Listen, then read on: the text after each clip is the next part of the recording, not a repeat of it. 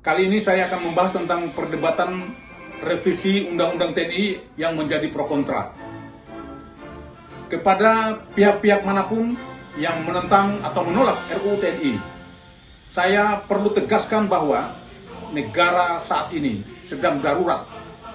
Darurat korupsi, darurat perampasan hak rakyat, darurat kebohongan, darurat kepalsuan, darurat mental yang dilakukan oleh banyak pejabat negara yang sangat berdampak terhadap rakyat.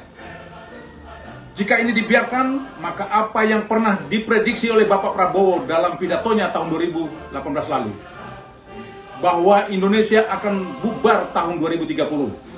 Sehingga jika kondisi ini tidak segera diperbaiki, saya justru melihat bahwa negara ini akan bubar sebelum 2030. Lebih dari 10 tahun tentara dininabobokan. Bahkan tugas pokok tentara banyak diambil alih oleh lembaga kepolisian. Inilah dampak dari hasil reformasi yang ternyata mengantarkan negara di ambang kehancuran. Kini tongkat kepemimpinan negara sudah berganti di tangan Jenderal Purnawirawan Haji Prabowo Subianto. Beliau sangat paham dengan kondisi negara saat ini. Sebagai jenderal tempur dan jenderal lapangan, beliau sadar bahwa tentara yang selama ini tidur harus segera dibangunkan. Kini tentara segera hadir untuk ikut serta merajut benang kusut demi menyelamatkan negara dan bangsa ini. Ingat bahwa politik tentara adalah politik negara. Tidak perlu ada kecurigaan atau keraguan dengan hadirnya TNI di 16 kementerian atau lembaga negara.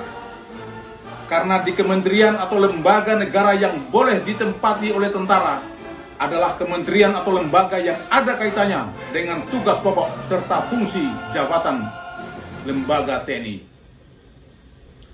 Trauma dwifungsi ABRI di masa Orde Baru menjadi alasan sebagai tameng pembenaran betapa buruknya sistem pemerintahan Orde Baru saat itu. Namun faktanya yang terjadi di era reformasi ini justru jauh lebih buruk dari era Orde Baru.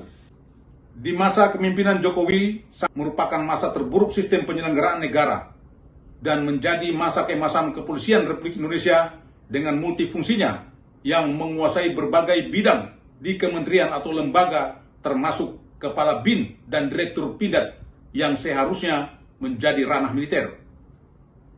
Lalu hasilnya apa yang terjadi dengan negeri ini sekarang? Saat ini Pertiwi telah memanggil tentara untuk hadir.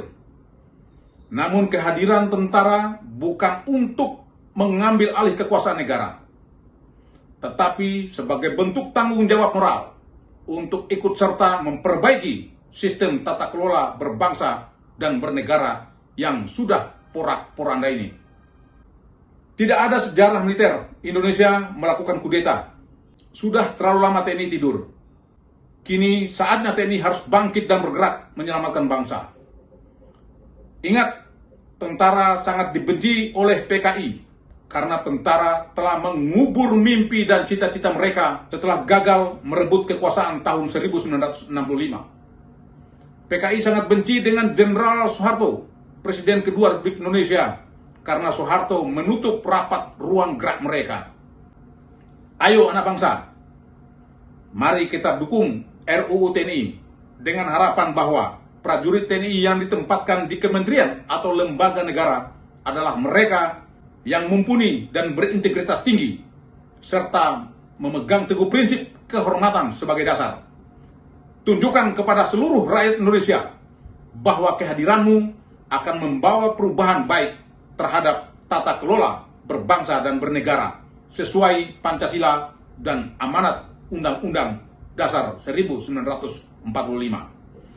Bravo TNI, maju terus pantang mundur. Salam cinta tanah air dan salam nasional sejati dari saya, Sulang Buton.